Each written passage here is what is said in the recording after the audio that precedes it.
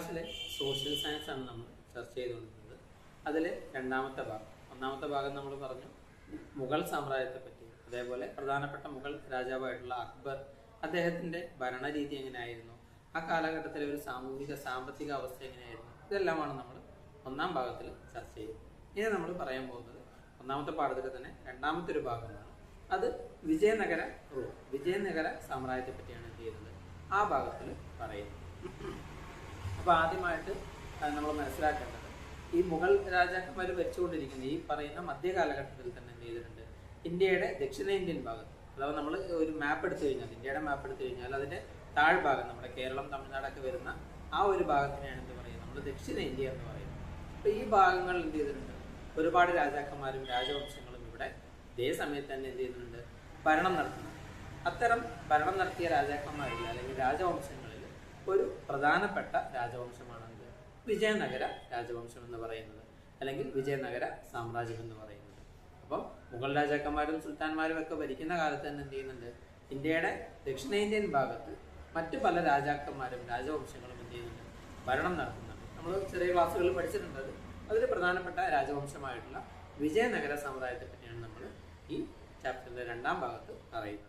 അപ്പോൾ ഈ വിജയനഗരം എന്ന് പറയുന്നത് ഒരേ സമയം എന്താണ്, ഒരു നാടിന്റെ പേരുമാണ്, അതേസമയം ഒരു രാഷ്ട്രത്തിന്റെ പേരും കൂടിയാണ് വിജയനഗരം എന്ന് പറയുന്നത്. വിജയനഗരം ഏകദേശം 1565 CE തന്നെ എന്ത് ചെയ്തിട്ടുണ്ട്, ഈ സാമ്രാജ്യം തകർന്ന് പോയിട്ടുണ്ട്. അതിന്റെ കുറച്ചൊരു അവശേഷിപ്പുകൾ ഹംപി എന്ന് പറയുന്ന സ്ഥലങ്ങളിൽ ഉണ്ടായിരുന്നു. പിന്നീട് 1800 ആയപ്പോഴേക്കുമാര് കേണൽ മെക്കൻസി, അദ്ദേഹമാണ് എന്ത് ചെയ്തിട്ടുള്ളത്, ഇതിനെപ്പറ്റിയുള്ള വിജയനഗര സാമ്രാജ്യത്തെ പറ്റിയുള്ള ശേഷിപ്പുകൾ കണ്ടെത്തുകയും അങ്ങനെയാണ് നമ്മൾ കൂടുതൽ വിവരങ്ങൾ വിജയനഗര സാമ്രാജ്യത്തെ പറ്റി അറിയുകയും ചെയ്തിട്ടുള്ളത്. അപ്പം 1565 തന്നെ എന്ത് ചെയ്തിട്ടുണ്ട്, ഈ പറയുന്ന വിജയനഗര സാമ്രാജ്യം തകർന്നു പോയിട്ടുണ്ട്. 1800 നമുക്ക് എന്ത് ചെയ്യാൻ പറ്റുന്നത്, അതിനെപ്പറ്റിയുള്ള വിവരങ്ങൾ പുതിയതായിട്ട് അറിയാൻ കഴിയുന്നത്.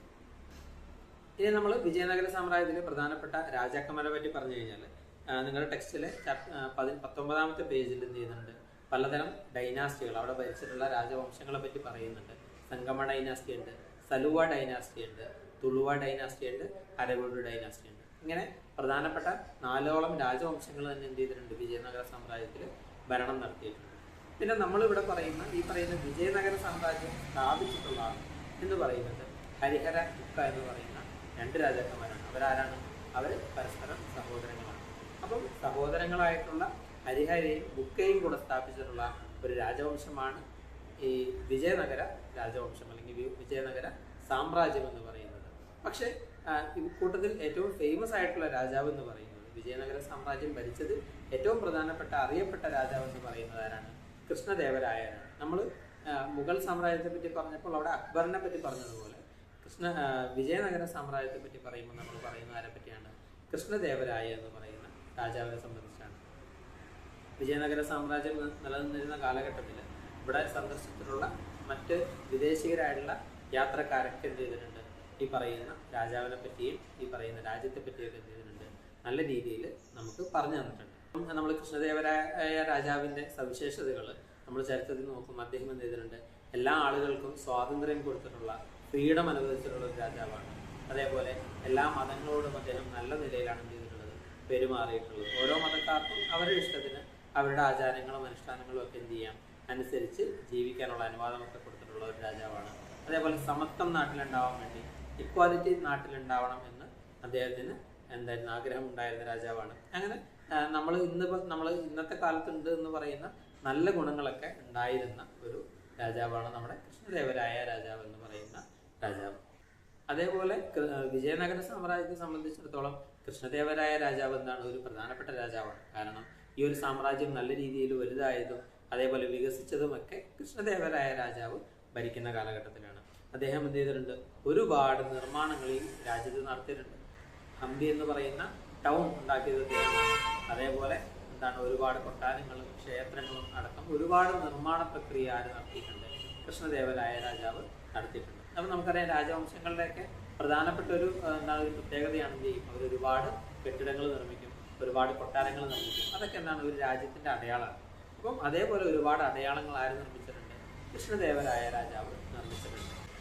പിന്നെ അദ്ദേഹത്തിൻ്റെ പ്രശസ്തിയുടെ മറ്റൊരു കാരണം എന്ന് പറയുന്നത് എന്താണ്, ഒരു റിലീജിയസ് ടോളറൻസ് ആണ്. അദ്ദേഹം എല്ലാ മതങ്ങളോടും എന്താണ്, സഹിഷ്ണുതാപൂർവ്വമാണ് എന്ത് ചെയ്തിട്ടുള്ളത്, പെരുമാറിയിട്ടുള്ളത്. എല്ലാ മതങ്ങളെയും നല്ല രീതിയിൽ കാണുകയും നല്ല രീതിയിൽ പെരുമാറുകയൊക്കെ ചെയ്തിട്ടുള്ള ആളാണ് ആര്? കൃഷ്ണദേവരായ രാജാവ്. അതാണ് ഇദ്ദേഹത്തിൻ്റെ പ്രശസ്തിയുടെ മറ്റൊരു കാരണം. അതോടൊപ്പം ആർട്ട്, ലിറ്ററേച്ചർ തുടങ്ങി കലയ്ക്കും സാഹിത്യത്തിനൊക്കെ വലിയ പ്രാധാന്യം കൊടുത്തിട്ടുള്ള ഒരാളാണ് ഈ പറയുന്ന നമ്മുടെ കൃഷ്ണദേവരായ രാജാവ്. അദ്ദേഹം എന്ത് ചെയ്തിട്ടുണ്ട്, സ്വന്തമായിട്ട് 2 പുസ്തകങ്ങൾ തന്നെ എന്ത് ചെയ്തിട്ടുണ്ട്, രചിച്ചിട്ടുണ്ട്.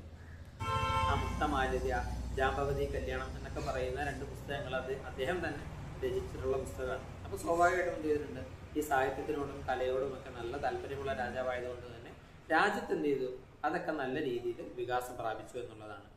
പിന്നെ അദ്ദേഹം തെലുങ്ക്, കന്നഡ, തമിഴ് ലിറ്ററേച്ചർ പോലുള്ള കാര്യങ്ങൾക്കൊക്കെ എന്ത് ചെയ്തിട്ടുണ്ട്, വലിയ പ്രോത്സാഹനം കൊടുത്ത് അതിനൊക്കെ വളരാൻ വേണ്ടി അതിനുള്ള സാഹചര്യങ്ങൾ ഒരുക്കി കൊടുത്തിട്ടുള്ള ഒരു രാജാവാണ് നമ്മുടെ കൃഷ്ണദേവരായ രാജാവ് എന്ന് പറയുന്നത്. ഇനി നമ്മൾ അഡ്മിനിസ്ട്രേറ്റീവ് സിസ്റ്റം, വിജയനഗര സാമ്രാജ്യത്തിലെ ഒരു അഡ്മിനിസ്ട്രേറ്റീവ് സിസ്റ്റം, അവരുടെ ഭരണ സംവിധാനം എങ്ങനെയാണെന്നുള്ളതാണ് എന്ത് ചെയ്യാൻ പോകുന്നത്, നോക്കാൻ പോകുന്നത്. Monarchy prevailed in Vijayanagara administrative system also. ഇവിടെ എന്ത് ചെയ്തിട്ടുണ്ട്, ഇവിടെയും രാജഭരണം തന്നെയാണ്. സ്വാഭാവികമായിട്ടും എല്ലാത്തിൻ്റെയും മുകളിൽ ആരായിരിക്കും, രാജാവ് തന്നെയായിരിക്കും ഉണ്ടാവുക. എല്ലാ അധികാരവും ആർക്കാണുള്ളത്, രാജാവിനാണുള്ളത്. പക്ഷെ ഇവിടെ എന്തുണ്ട്, അദ്ദേഹത്തിൻ്റെ കീഴിൽ കുറേ മന്ത്രിമാരെ നിയമിക്കുകയും കുറേ ഉദ്യോഗസ്ഥന്മാരെ നിയമിക്കുകയൊക്കെ ചെയ്തിട്ടുണ്ട്. അതേപോലെ ഫോർ അഡ്മിനിസ്ട്രേറ്റീവ് കൺവീനിയൻസ്, ഭരണത്തിൻ്റെ എളുപ്പത്തിന് നല്ല രീതിയിൽ ഭരിക്കാൻ വേണ്ടി എന്ത് ചെയ്തിട്ടുണ്ട്, രാജ്യത്തെ അദ്ദേഹം എന്ത് ചെയ്തിട്ടുണ്ട്, പല കഷ്ണങ്ങളാക്കി മുറിച്ചിട്ടുണ്ട്. നമ്മൾ അക്ബറിൻ്റെ കാര്യം പറഞ്ഞപ്പോഴും എന്ത് ചെയ്തിട്ടുണ്ട്, അങ്ങനെ രാജ്യത്തെ പല ഭാഗങ്ങളായിട്ട് മുറിച്ചിട്ടുള്ള കാര്യം പറഞ്ഞു. എന്തിനാണ്, നല്ല രീതിയിൽ ഭരണം നടത്താൻ വേണ്ടിയാണ്. ഇവിടെ അദ്ദേഹം എന്ത് ചെയ്തിട്ടുണ്ട്, മണ്ഡലമെന്നും നാട്, സ്ഥല, ഗ്രാമ എന്നൊക്കെ പേരിൽ രാജ്യത്തെ 4 ആക്കി തരം തിരിച്ചിട്ടുണ്ട്.